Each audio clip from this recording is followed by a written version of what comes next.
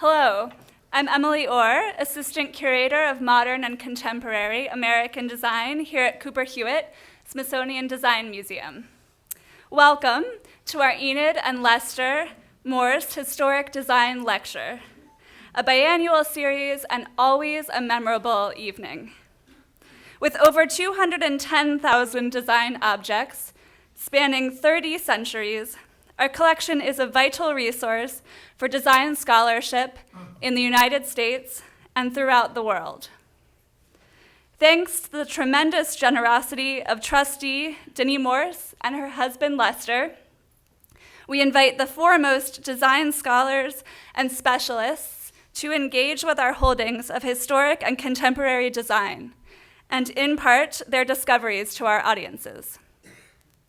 As a curator, this series is particularly valuable in its celebration of object-based study and contribution of new perspectives on distinct areas of Cooper Hewitt's rich and varied collection. So I am delighted that the Morses are here with us this evening for a lecture celebrating our superb works of American and European Japonism. A very special thanks to you both for making the Morse Lecture Series a cornerstone of Cooper Hewitt's educational programming. I hope everyone visited the Teak Room to view Passion for the Exotic, Japonism, an intimate experience of how imported and domestic interpretations of Eastern design were displayed at the movement's stylistic zenith. The exhibition's rare and important works, like the Teak Room itself, reflect the profound influence of Asia on Western designers in the late 19th century, a fascination accelerated by the opening of Japan to the West in 1854. In his classic text, Principles of Decorative Design, Christopher Dresser wrote, "Japan can supply the world with the most beautiful domestic articles that we can anywhere procure." The great industrial designer's influential embrace of Japanese form, materials, and techniques, and Eastern art and design in general, is evident through the installation and to spectacular effect. To name just a few of its treasures, there are hand-painted Minton vases attributed to Dresser, several exceptional works manufactured by Cincinnati's Rookwood pottery, and a rare Tiffany vase produced using the mokume technique of mixing metals. From the outstanding craftsmanship of the Herder Brothers tripartite bookcase cabinet to transfer printed ceramics, the passion for the exotic made its way through all realms of design with lasting impact. Thrilled to have our recently acquired Hitomi Hizono porcelain vase at the entrance of the installation, with its elaborate carving, rooted in both European and Japanese traditions, the vase speaks to the continued flourishing of the cross-cultural interchange, first expressed in Japonism's ornamental grammar. For tonight's lecture, I'm especially delighted to welcome one of the Musée des Arts Décoratifs' most respected curators, MOD, as the Musée has recently been recoined, and Cooper Hewitt. Both represent over a century of design education, scholarship, and stewardship. And when Cooper Hewitt Collection founders Sarah and Eleanor Hewitt first envisioned a museum for design and decorative arts, they looked to the Paris Museum. Béatrice Quette is curator of MOD's Asian collections and head of education for students and adults at the museum. She has curated multiple exhibitions for MOD and other institutions, including De la Chine aux Arts Décoratifs for MOD, cloisonné Chinese enamels from the Yuan, Ming, and Qing dynasties for the Bard Graduate Center, and Imperial China, Splendor of the Qing Dynasty for the Bohr Foundation in Geneva. Béatrice also serves on the faculty of l'École du Louvre and has organized numerous scientific analyses of Chinese cloisonné enamels. She is presently curating MOD's upcoming exhibition, Japan, Japonism, 150 Years of Artistic Resonance, which will open to the public on November 15th. For her lecture, Béatrice will draw from her research on the exhibitions, dealers, and collectors of Japanese art and design at the turn of the 20th century, to illuminate the history of the works now on view that are a part of an inspired dialogue between Western designers and Japanese aesthetics. Please welcome Béatrice Quette to the podium.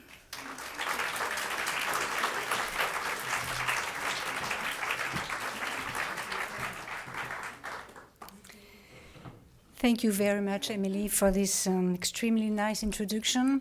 First of all, I would like to thank and to tell Danny and Lester Morse how honored I am to be here tonight, and how impressed I am to talk to you in front of you tonight.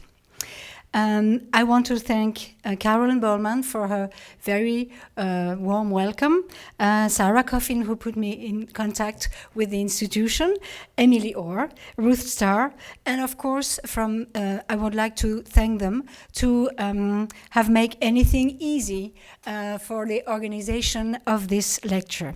I would also like to thank my colleague Audrey Guémazuel, who is curator of the 19th century, who introduced me to Sarah Coffin. I am not a specialist of Japonism. I am a specialist of Japanese art. And I will talk to you about Japonism on this aspect. Maybe you would have more liked the other way, but as we are now the MAD Museum, I would do it this way. It means a little madly.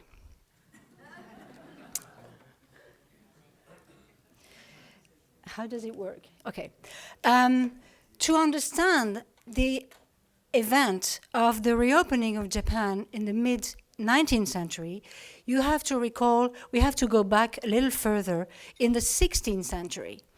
16th century is when Portuguese arrive on the southwest coast of Japan, and this is detailed of a folding screen where you have these barbarians from the south, which are the Portuguese, arriving, and you see how the Japanese right away describe those people with what they have so specific: big nose, huge trousers, black suits, the Jesuits.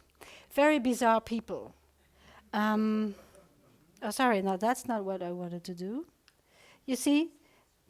So right away, you understand how Japanese are taking lively details and transmit them in their art. This is something very specific to Japan, and this is also, you see here, the composition, the very specific composition of these folding screens. It's a pair. Using the clouds to organize the perspective. Don't try to find a mathematical perspective like we know it from the Renaissance period, but it's an isometrical perspective, which means you have to first look at the bottom of the image and go up slowly to have the different plans of the decoration. This is something very specific from Asia, but also from Japan. We'll see that afterwards. When the Edo period was created thanks to this man, the shogun of the Tokugawa family, Portuguese, then Dutch people, Spanish, were installed partly in Japan, and develop quite a lot their commercial relationship with Europe, as you know. Then thanks to the Jesuits, Catholicism grew very quickly in Japan, and by the end of the 16th century, 150,000 people were already Catholics. Ieyasu Tokugawa, son, found it was something dangerous. And suddenly, with the pressure of the Dutch people, decided to take all these people away from Japan and to close totally Japan and isolate the country for the rest of the, until Commodore Perry arrived. So for more than 200 years, Japan was nearly totally isolated. Not quite, because they have only one harbor dedicated to the international trade with the Dutch people, and of course the Chinese also could come in at some harbor, but not it.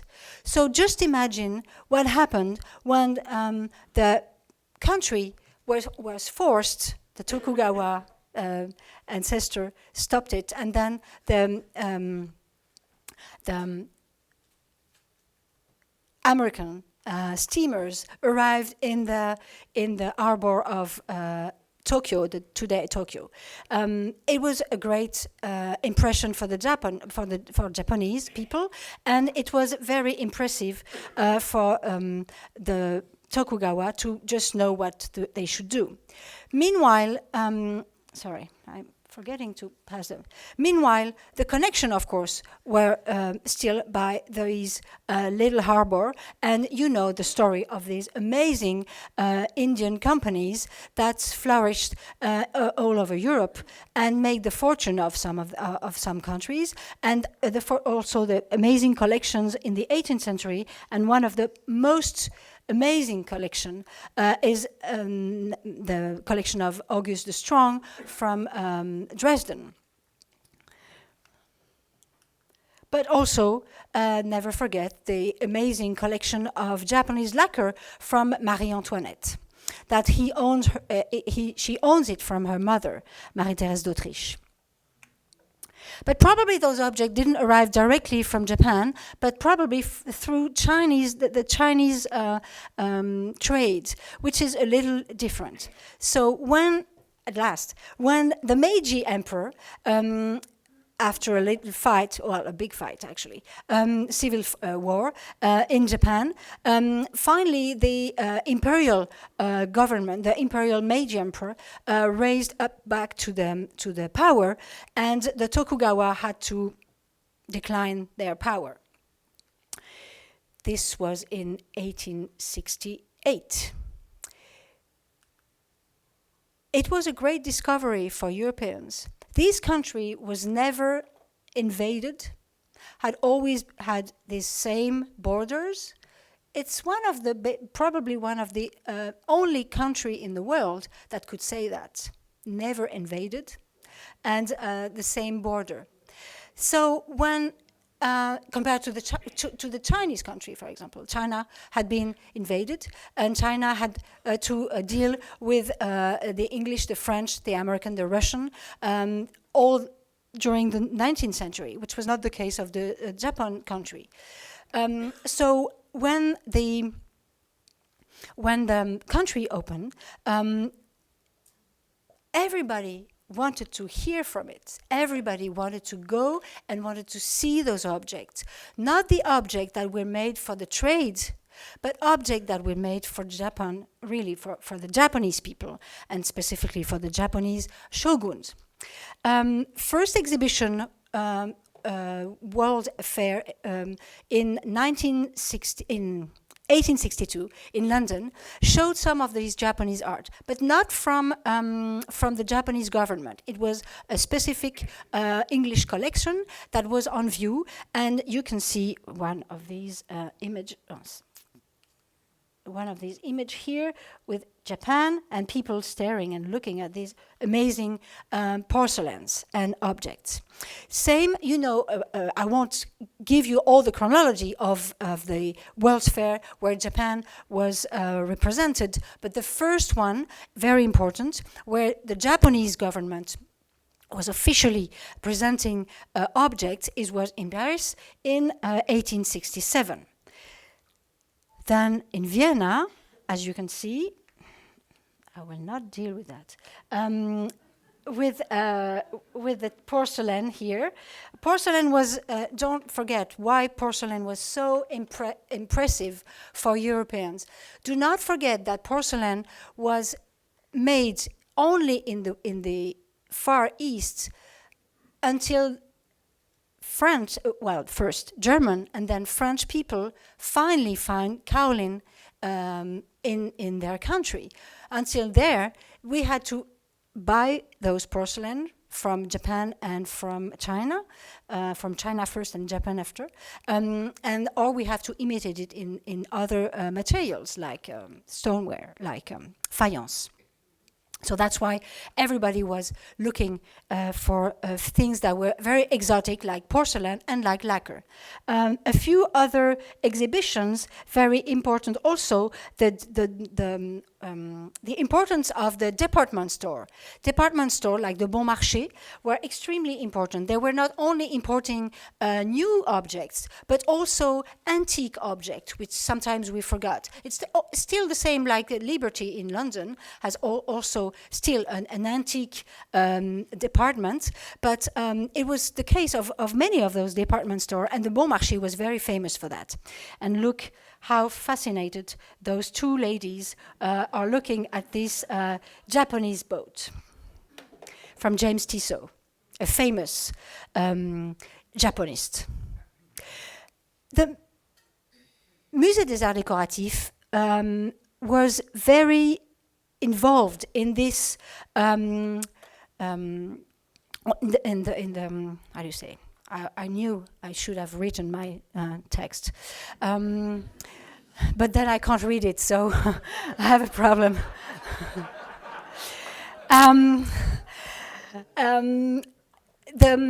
The Musée des Arts Décoratifs, the Musée des Arts Décoratifs, well, the Union Centrale des Beaux-Arts appliquée à l'industrie at that time, called MAD now, was already very mad about Asian art.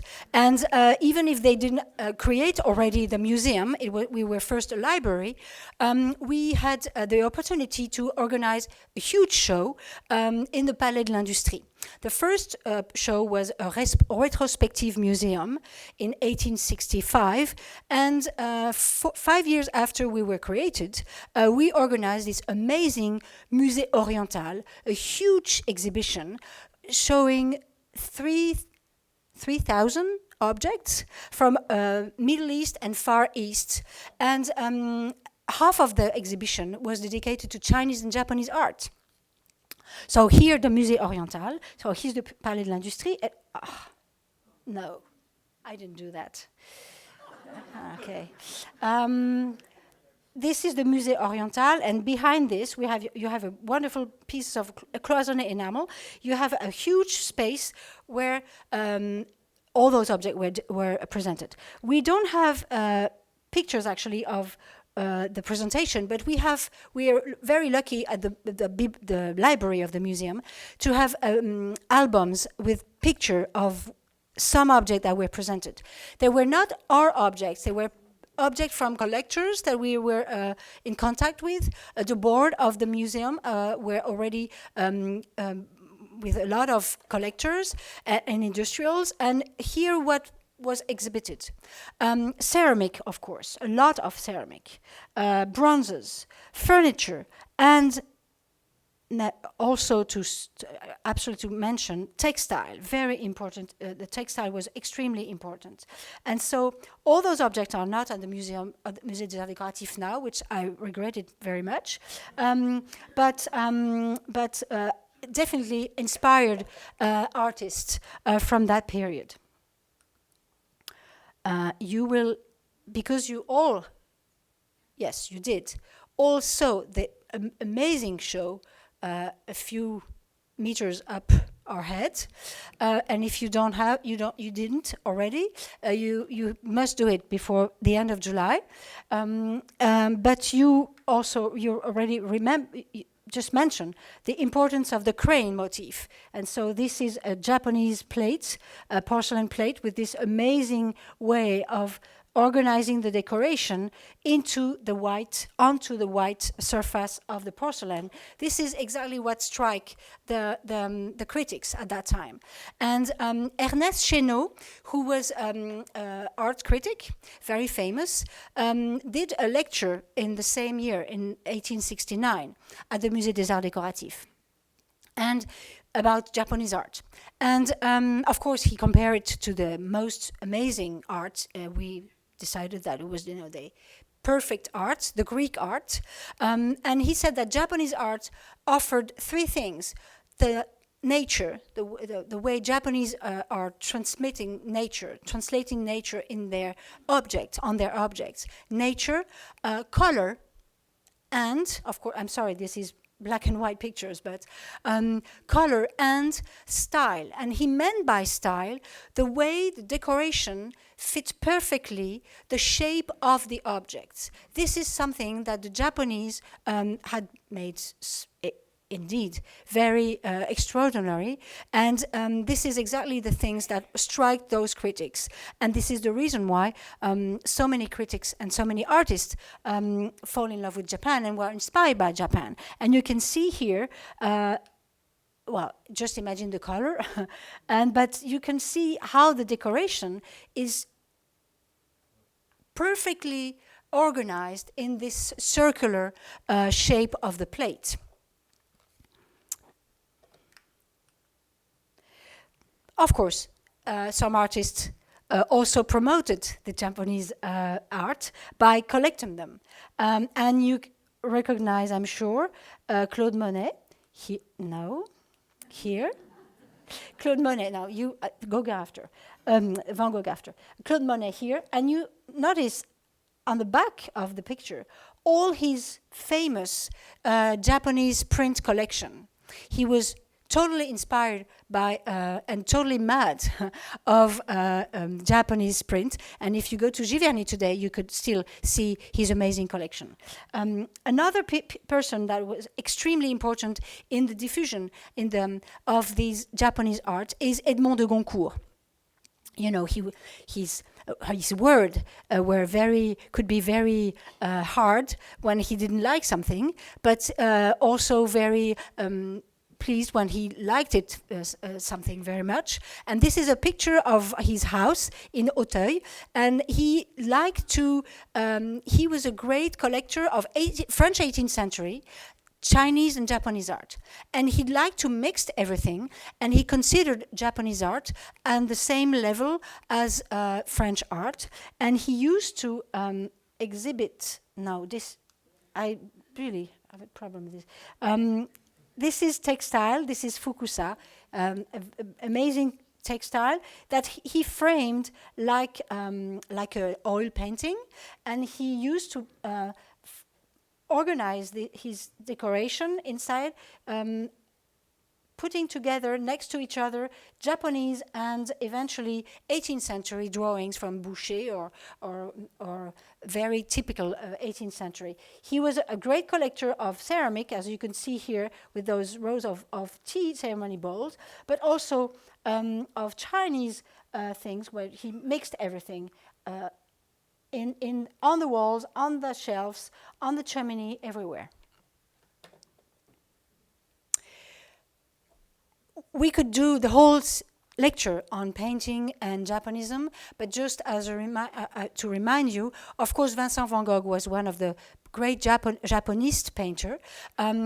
Those two paintings are worldwide famous, Le Père Tanguy and this courtesan. And you see here exactly what also strike these artists, the composition. This organization of the composition makes it flat with no perspective. And so the character of the Père Tanguy is facing you, very close to you, like if he was projected nearly outside of the frame. And this is something so specific to Japanese art that changed totally the way of painting at the end of the 1870s. But we might speak more of object here. Important figures of these diffusion of Japanese art, of course, were the art dealer. And two of them were absolutely amazing, not only in France, but most generally in Europe and even in the United States.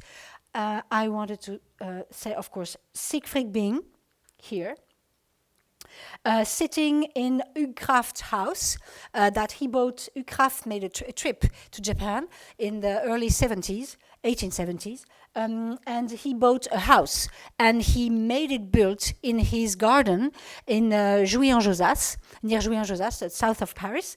And he invited, of course, this famous antique dealer and his wife, and Louis Gons, the famous Japanese writer, historian on Japanese art, and they were all dressed with kimonos to feel more like Japanese, and having tea in this house, very exotic. And another man extremely important in this history of diffusion of Japanese art and for the understanding of the Japanese art in France is Hayashi Tadamasa. Hayashi Tadamasa came with Mr. Wakai. Mr. Wakai was the organizer for the Japanese government, the Meiji government, of the Paris World's Fair in 1878. And he came as an assistant, and finally he stayed in France and opened a shop and was one of the greatest antique dealer. And not only antique dealer, because he really helped people to understand the real Japanese art, not only art that was made for exportation, but really, for example, the tea ceremony art. Of course, in the diffusion of art, you also have to think of important collectors, and among them, we cannot not speak about Émile Guimet and Henri Cernuschi. They both went to Japan, traveled to Japan, which was not very often the case in this period. One for interested in religion, and the other one interested in, finally, bronze. He came back with 1,500 bronzes in 900 boxes. This is his museum, the end of the 19th century, and his collection was exhibited at the Palais de l'Industrie right after he came back. And this was so important in the diffusion of shapes, of patina after, and of iconography in the decorative arts field. And among those artists that were very influenced by these Japanese bronze, first we have to say Theodore Deck. Theodore Deck, I'm sorry, I have only black and white pictures, but then you really see this is the Japanese bronze, this is the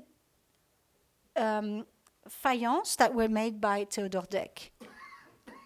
We would say today copy and paste, nearly, except that if it would be colored, then you would see the difference, because of course those vases are colored glazed with a very bright turquoise blue and a very deep purple.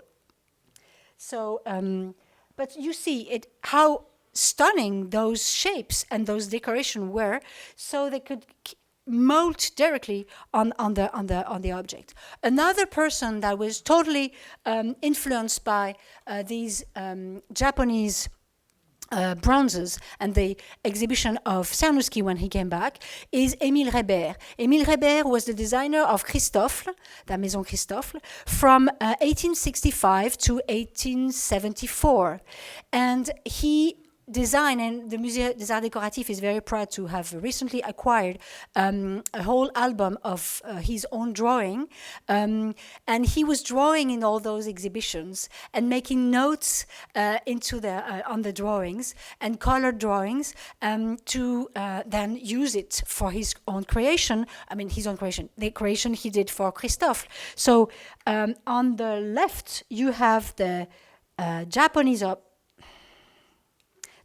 object, which is a rabbit, a kettle in shape of a rabbit, bronze, Japanese, 18th, 19th century.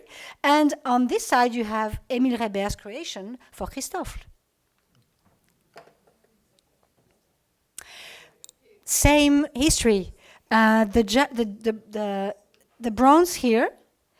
Alors, this is interesting because they thought it was Japanese, but this shape is very inspired by Chinese, actually. So Chinese-inspired Japanese object inspired by China, inspired then Émile Reber for Christophe to make a chandelier, or the same organized for a petrol lamp? Gas, sorry. The little insert burner in shape of a rabbit again, inspired this time another artist, very famous in ceramic, Ernest Chaplet. And you have here a Musée des Arts Décoratifs piece with this amazing little rabbit with an ear.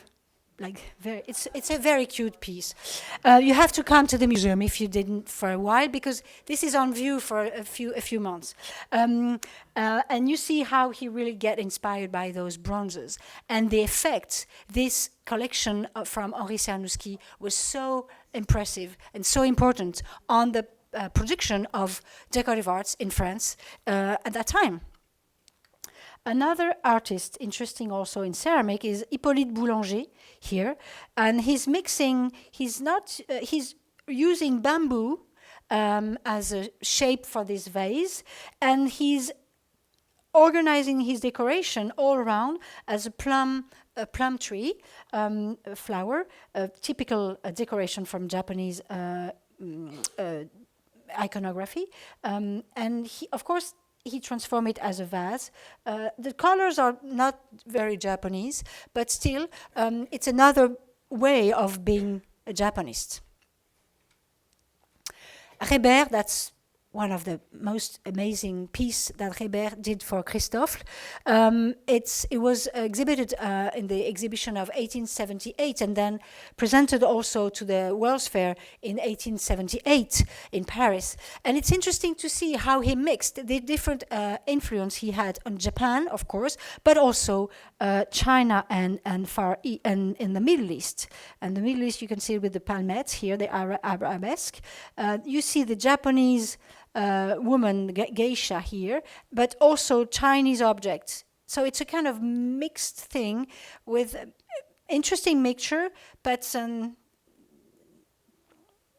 for a Japanese curator, it's a little bit bizarre. I'm not sure he understood the whole thing, but the result is totally amazing because, of course, Christophe has a prize for that. Oh, that big. Oh, okay. It's an encoignure. It's a huge, sorry, I should have. Object boats by the Union Centrale in Paris. Also, but I didn't have the time to present some of the lacquer, but also lacquer was very important. And a lot of artists, especially after 1900, for example, Dunant, in the Art Deco period, were a lot inspired by Japanese lacquer, using Japanese lacquer people. And that was also very important. But later on, metal, and we will talk about metal also. This is a screen that we acquired from the Japanese Imperial Commission with 16 plaques. Each one is that big. Showing a different technique of metal. And it's interesting because when you see the vase upstairs, that I'm going to see right away. So these are objects from your exhibition, amazing show, with different way of being Japanese. this one is more the style Ernest Chenot was talking about. The way the decoration could fit to the shape. And here it's a kind of all over naturalistic decoration. In that way, it's very Japanese. But it's not exactly the same way as this knife is interpreting the Japanese art. It's not an all over decoration. It's more Japanese in the spirit. Taking the kozuka. Kozuka is a little, you put your little knife on the sword, and you put the knife in this handle. Thank you. Not the handle, no. Yeah, thank you. And you see the direct influence, the handle of this knife with this kozuka. Even if it's not the same colors, but Japanese artists, craftsmen, use extremely sophisticated technique with different metal, and was very inspired objects like the tsuba, also the sword handle, for artists. And here it's interesting that the knife handle is exactly like a kozuka, same shape, same size, leaving empty space, contrary of that one, as a real Japanese, and at the same time following the decoration on a part of the blade, which is also very Japanese. So interesting to have those two different ways of being a Japanese. Another way of being a Japanese is not decoration anymore, but technique. First, the hammered silver. Silver was developed in Western art, and the goal of the craftsman was to have the most plain and flat and perfectly lisse. How do you say lisse? Thank you. Surface. And this was considered as totally a default, really. But in Japanese art, this hammered surface is really used as a type of decoration. And it's interesting to see that here the artists, the craftsmen, use this way of doing it as a source of inspiration.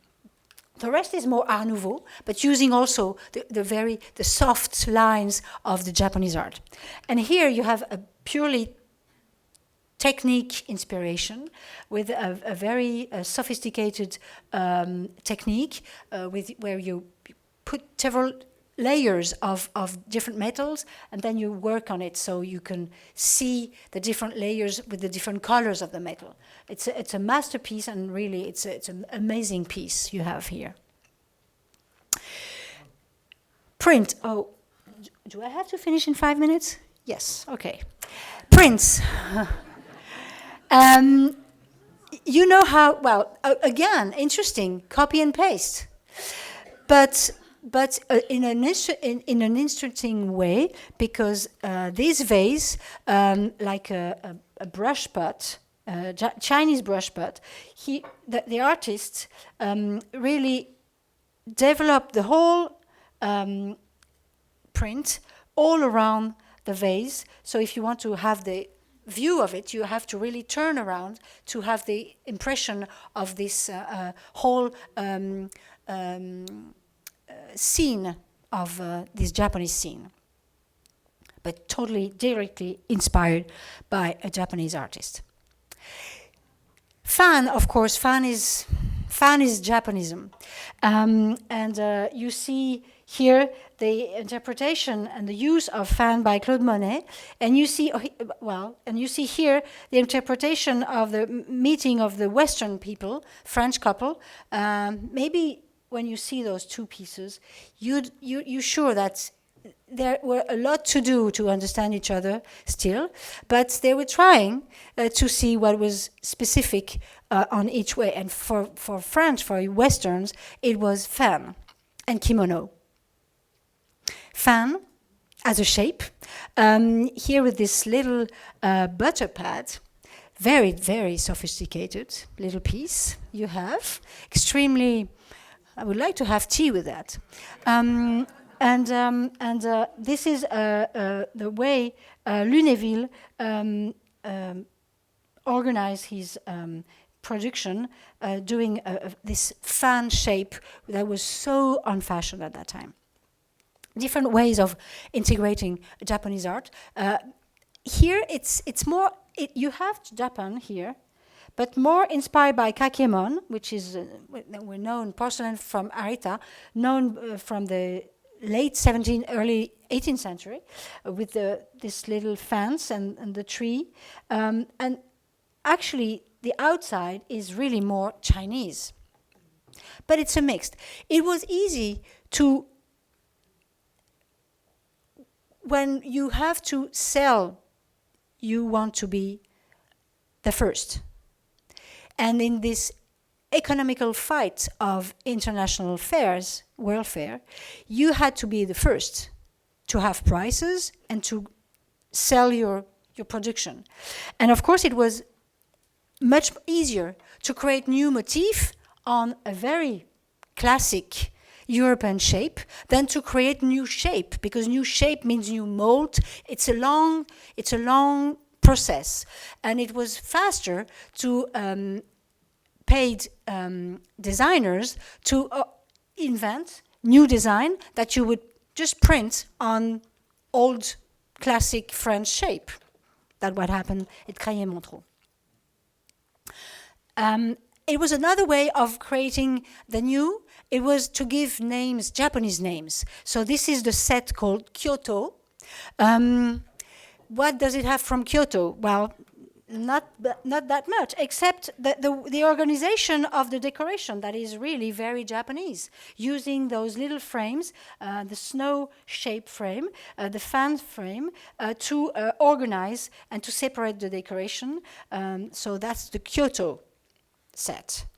You also have this famous, very famous, you notice I didn't put it in a chronological order, a very famous and maybe the most impressive Japanese decorator was Bracquemont. Félix Bracquemont was really stunning, and you have a wonderful plate upstairs. So, but here you see, again, this is a shape known and produced from in France from the 1760s, 1770s.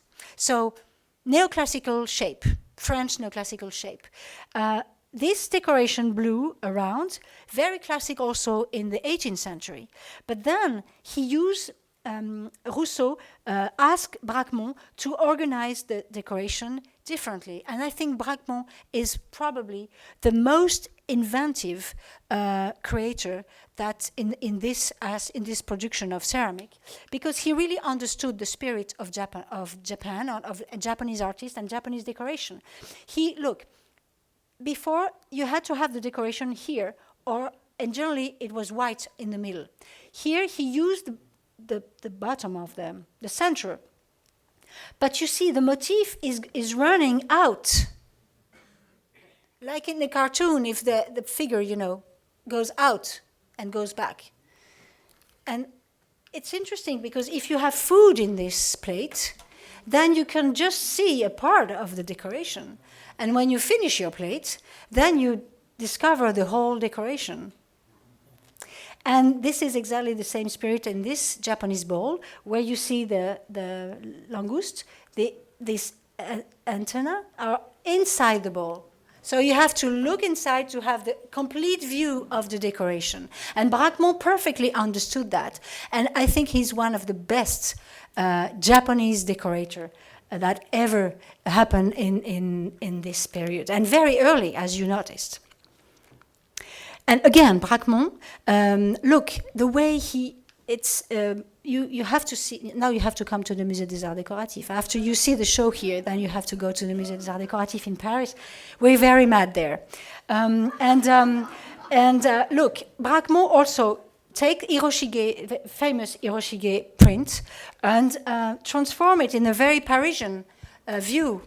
view of Paris, but using the movement also. This is something also the critics noticed. The way Japanese artists had to give movement in this decoration on a two-side object.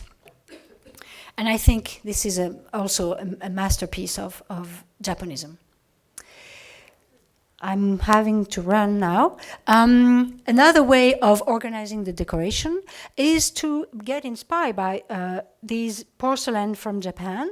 You see, using those little frames, circle, shape of a flower, a square, and separate the decoration, sometimes nothing to do to each other, to organize the decoration like that. You find this same idea in Hokusai book. It's a book for inspiration, motif for textiles. And you see here the way he presented it in square shapes. Sometimes using also this perspective thing. Look, the birds are seen behind something, but the thematic is not this fence, is really the bird. This is also something that struck a lot painters and artists. Gauguin, of course, used it as a reminder, even if we were supposed to talk about decorative arts. But also look, Albert Damouz, when he worked for Sèvres, also used this very Japanese way on a typical 18th century plate. Again, faster to do a new decoration than to create a new shape. Of course, in the important thing that promote Japanese art and Japanese motif, the extremely famous magazine created by Siegfried Bing between 1888 and 1891 called Le Japon Artistique. And he promoted Japanese art. He published each time 9 to 12 plates reproducing textile, stamps, prints, katagami, ceramics, bronzes, lacquer, of course. And look how this creator to promote a little feast in Geneva use and copy the exact print from this artist, Utamaro. And again, copy and paste. Another important way of knowing those Japanese print was also, of course, exhibition. And we have to mention, because it was extremely important, the exhibition that the School of Fine Arts in Paris organized in 1890. It was a stunning exhibition, and a lot of collectors get into the Japanese art thanks to this exhibition. And one of our board member of that time, Raymond Coquelin, who was a curator at the Louvre and became a vice president of the board, was discovered Japanese print thanks to this exhibition. Of course, books also. And not only prints, but also something else. Stencils, very important. Pochoir.